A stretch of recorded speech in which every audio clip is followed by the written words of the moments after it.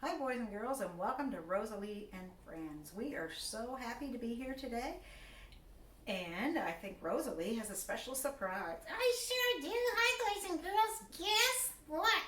I made my very first batch of cookies. Yes, sir. And because of that, I think everybody's going to want me to be on their cooking show. What kind of cookies did you make, Rosa-Leigh? I made frogs. Frogs. They kind of look like spider cookies. Oh, I think that's what some people call them. Do you want to try them? I brought you one. I see you did. Yeah, sure, I'll try it. They're going to be so good. Well, what do you think? Well, Are they the best cookies ever? I think I could make my own bakery. Just imagine Rosa-Leigh's bakery. yeah. Yeah, and then people would come from everywhere to taste my cookies. Rosa-Leigh, what did you put in them? Well, I followed the recipe. You did? Oh yeah, Mom printed it out for me. Yeah. And I checked everything off as I put them in. Why? Because they taste a little bit salty. Salty? Yes, did you put salt in them? What's this on top? I see little white specks on top of your cookie. Well, that's salt. I don't think you're supposed to sprinkle salt on them. Not that I know of. Well, they're rather regular salt, so I had to use some of my dad's salt. Your dad's salt? You know, the stuff he keeps in the shed to melt ice. Rock salt? Yeah, I think that's it. You put rock salt in the cookies. Well, I didn't have any other salt. Rosa-Leigh, that's meant for melting ice. It's not meant for cookies. That's why it's so salty. It'd be better, maybe. If I made it without any salt. No, you could have used some salt out of a salt shaker. I never thought of that. Because you do need salt to make food taste good. It brings out the flavor, but too much is not good either. Actually, it kind of reminds me of our verse today. Is it about cookies? No, it's about salt. And Jesus was with his friends. Matthew chapter 5, verse 13. And he told them, "You are the salt of the earth." What did he mean by that?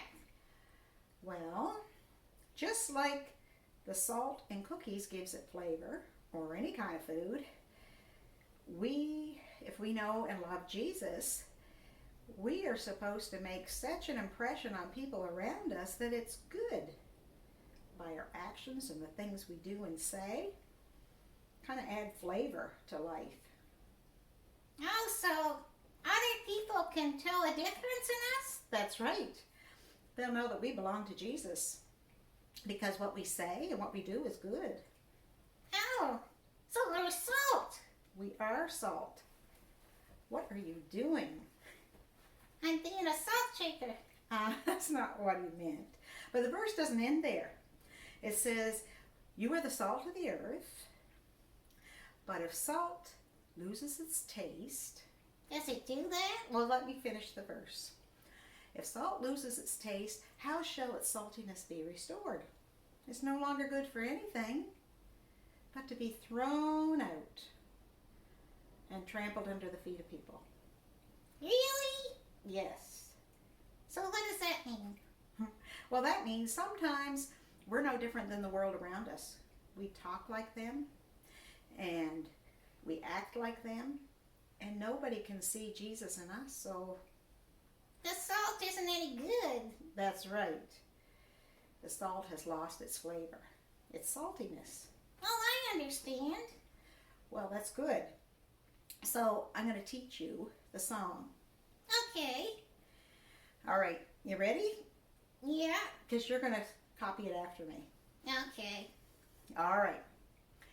You are the salt of the earth. You are the salt of the earth. But if salt has lost its taste, how shall its saltiness be restored? is no longer good, no longer good for anything except to be thrown out and trampled under people's feet. It's hard. It is kind of hard, but you can do it. Okay, Ready?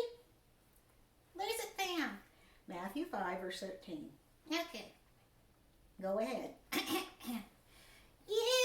are the salt of the earth. You are the salt of the earth. But if salt has lost its taste, how shall its saltiness be restored? It's no longer good for anything except to be thrown out and trampled under people's feet. Oh, Rosa-Leigh. Yeah, not bad for the first time. Oh, that's good. I think everybody out there likes it. Oh, we'll see. Oh, I forgot something. What? I was supposed to do this Why? because I'm a salt shaker for Jesus. Well, boys and girls, I hope you're a salt shaker for Jesus. It's good to remember verses like this because it reminds us how to act, and the things we say, it makes an impression on those around us, hopefully for good, just like the verse says, because we're to be the salt of the earth. So, Rosa-Leigh, what do you have to say to the boys and girls? Well, boys and girls, thanks for listening. And I hope you come back on Friday because I have a special guest. And who is your special guest? Scuba. Scuba the harp seal, that's right. See you later, boys and girls. Don't forget to be salt shakers. That's right. Bye, boys and girls. Hello, boys and girls. We're going to do our craft right now. And our verse is Matthew 5:13, you are the salt of the earth. So our craft actually has to do with salt. We are going to make some salt crystals from seawater, or from salt water, actually. But back in history, there were some Native Americans living in San Francisco area, and they actually would make pools of water, of seawater, and in those pools of seawater they would put great big long poles. Now this is a toothpick, but they would actually take poles and stick them inside the sand in this pool of seawater, and as the water evaporated it would leave salt crystals up on that pole. And then when all the salt crystals had formed on that pole, they would take those poles and they carry them up the mountain and they would trade them for sharp rock called obsidian, which they would use to make their tools from. So we are going to make some little poles and form some salt crystals. But to do that, we're going to need some items. So we need some hot water, about a cup of hot water, and some toothpicks and clay, some table salt, a bowl, something to stir with, a little spoon, and a tablespoon. So let's get started. Okay, so let's get started. So we're going to take some salt, and we're going to measure out about a tablespoon of salt. Take our spoon, and we're going to stir it in. So you stir it until you stop feeling the salt crystals on the bottom. And you can tell they're there. So it's all dissolved now because I can feel it's dissolved. And we'll do another one.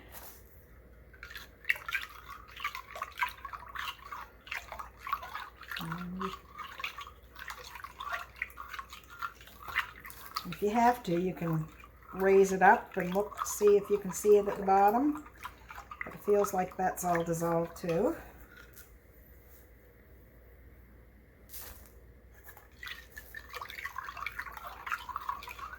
So you're going to keep going until the salt won't hold, until the water won't hold any more salt. In other words, you can see it on the bottom, it won't dissolve anymore.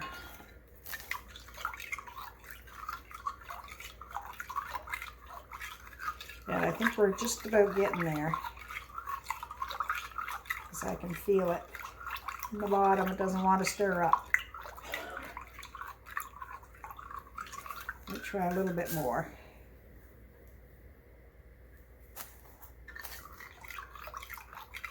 You see the water's getting white with the salt content.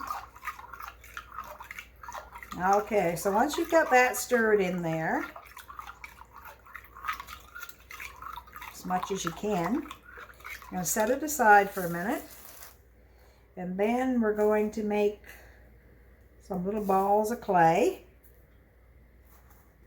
and we're going to stick a toothpick in it. Put it down inside the bowl.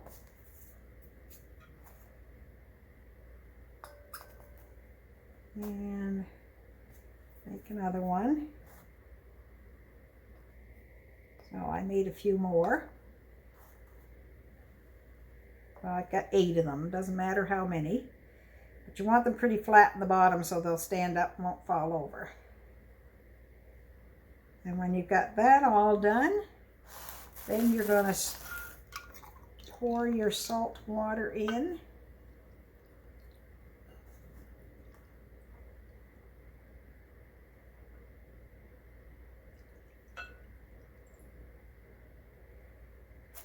And then you're going to carefully go and put it by a window. And after 4 or 5 days, depending on how much sun you have coming through your window, salt crystals are going to form on your toothpicks and all up the side of your bowl, and even at the base of your bowl. There's all kinds of salt crystals. So there you have it, a reminder that we are the salt of the earth. Hope you enjoy your craft. Bye, boys and girls.